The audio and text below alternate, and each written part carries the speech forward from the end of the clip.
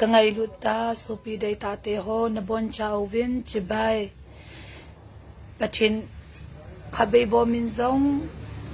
pathinin damna e pe na hi ka testimony ka hin phung do a hi ta in kamin hi lam nei chang a hi in ka na hi bolma gama ka hi e pachina ko na ka hungdam do zo nungin pachin ko na ka changin keima ka hi thei na bangin pakai a dingin pan ka hin la in tu kum sang ni le som ni satamba ha chun pachina ka to kompi ka loi ka pai te ho a hi in pachinin taw na lama aman cha taw ram pi ho to a hi in ka ina ta khom na puram kani ovin an kong sim khom na kani ovin an kong ka sim masango wa hi ta khom na kani lai ta ova pathin ka thangwa lai ta ova hi zol them gaw bung sunga akimudo banga dinulung nam ting le kalagaw kabula a te si ho in gaw thu mangane a khangdong chapang hon gaw thu apun ding ati pathin kam changa akimudo ma bangin hichini a chun lagaw thing pathin chu in kachunga thekidang abole lagaw thing chun kachunga na atongin pathin ka thangwa lai ta uwa hi lagaw thing chun kachunga na ato zi in khu ka hetapu in chalai ta a chun pathinin gaw e chansa a hi e kakim kavela chun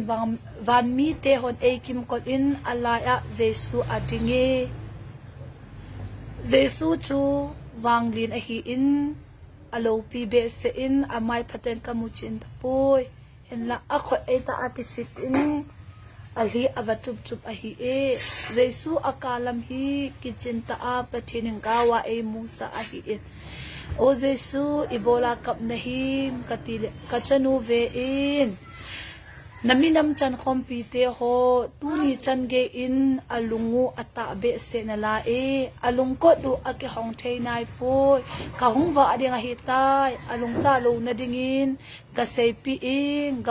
ka ho pi in ati in jesu ha kan akap e ani chan na a chun kalagaw la to in a umin van mi te ni chu in langkhara ka khot langkhara van mi kha in e tu in langkhara khat e tu in kalagaw la to in a umin la to in ka lai ta a chun leisit lam chu kanung nget ting le chun leisit mi te chu in leisida hing na lai hi zi uwa min than na lo hin na galzo na pachan na e holu a hi e hin la hi chi leisit a ho zo se hi ni khat ni ting le abun mang thei ding a hi leisit a hin lai ta a hi ilagaw pa hi ilagaw tin mun ding pa i khosa dingin pa kai minin katim no mi ka ngai lo ta supi dei ta te ho lagaw la to om lai ta in nuilam ka kingat ting le pathinin e musa na chu gawa e musa na a chu leisit i kom lin ta thua hi ki ta banga hi pathin gawa e musa a hi e lungleng zong a umin chim zong a mama e leisit mi te chun leisit chunga anum thei na ding o ikipa thai thine dinga chu leiset a za chom leiset a hung khang to kil hona he za chom mit aborta e hinla leiset chung hi pathinin gawa e musa na chun achima chimu bahita e izinam lagaw kil zong alhata e achima chimu lami pathin gawa kichinta e musa a hi e athumna a hichi e puiwan tilte ni chule jesu chu in hoilai muna e pui ham tile hel khwa e pui a hi o jesu ibola na cha ipinei ve sa num ham katile jesu kachanu ve in hel khusunga anai asa e amit thailo amun thailo ati thailo hel khusunga chun khang dong chan khom pi te ho mi tam ta kap lamawa lami kichinta e musa a hi tuni ka ngai lo ta khang dong chan khom pi te ho a hi in henu he pa te ho a hi in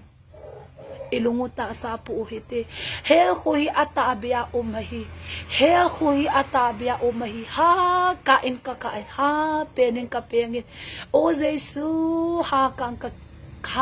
ka bin ha pengin ka pengin jilai ta in kalung thima la kha ahung gingin avis nelal ozapu avis nelala in ingai kha ovin o pakai kanam sungu nei hong sim tha kit taw in o anai ka dozo tapoi ti bangin hi chila hi kalung lai gila agingin ha ka en ka kengin ha ka in ka kapin ha pengin ka pengin hi chilai ta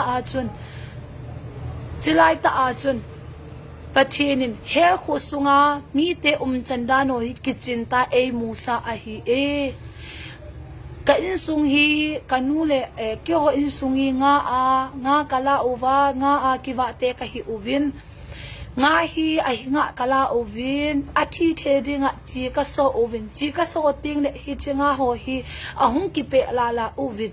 ahung ki pe la banga hi hel khu azo mi tamta akipe hi kichinda pathe e sa hi e gawa chun ani na hi chi hi athi theina pun athi theina dinga hi tuisa akisun ting le ahung thi a hi chi banga hi hel khu sunga mi tamta hi ana e asa e ti akap le amau hi patinin gawa kichinta e musa hi kakiwa na u kanga bolwa ngu hi athi theina e hella hel khu a hi thi tapoi ana e asa e ti apenga asa kap zingding ton so da adoding hi kichinta pathin gawa e musa hi chi gaw e musa lai ta chun pathinin ka khusunga aminto hel khu ai musala ata chun akhan na minam chan khompi na khangdong chan khompi o ko ma gasein hi chilai mu na ahung lo na dinge alungu ta sa ta lo a ke ma la basan the a ke ma mun ai pi na dinge kitchen tan se pin tia jesun kitchen ta e holim pi na ai e anina a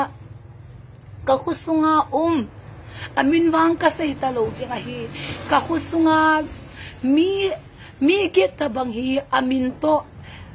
patinin e musa aminto alo e kosa ahi e patimin zalin patin e musa ho mi ho ko ma gachi in kakapong ta in gagasay ta in tuni ave khache ihin khu sunguwa hel khu hi ata umahi damun may deli ata bia umahi leise chung hi ahoy tapoi leise chung hi aphat tapoi patini ahung wa dinga hi jesu hi ahung wa dinga hi tai kumsang nila som ni hi iging chalo lai ta aku revider dan na in leise pumpi alu su gamta e tunia in lai dam sunguwa ithi de akisai thei tapoi ita sahi ithi ting le kha su dinga hi ilagaw pa hi hu hingna ka kitchen hitam ka thi ting le hoi lai muna ka che ding hamti kitchen ta nang le ke iki khul pha alhing ta e damun hi ata omahi damuna ilu na dinga pathi iminam te chona e ni a hi e iminam te elungu ta sa pu hi te leise chung hi chima umma mata e leise thu sanga lagaw thu gelu hi te Jesu athai mun pi uhite hu hing pu Jesu Krista atha en mun pi uhite ama deilam ta en chon uhite pachene hichita banga gaw e musa na hi ke jong ka kipa mama e dunia aza ngai khache ke injong ka hin khosunga kele ke yong kidang ka kisan ize nam pachen tu guil hunna ahi e pachen khangdong ho chapong ho chunga gaw thu ka phoning ti na hi guil hunna ahi hite banga pachen gaw thu e musa ne jong hi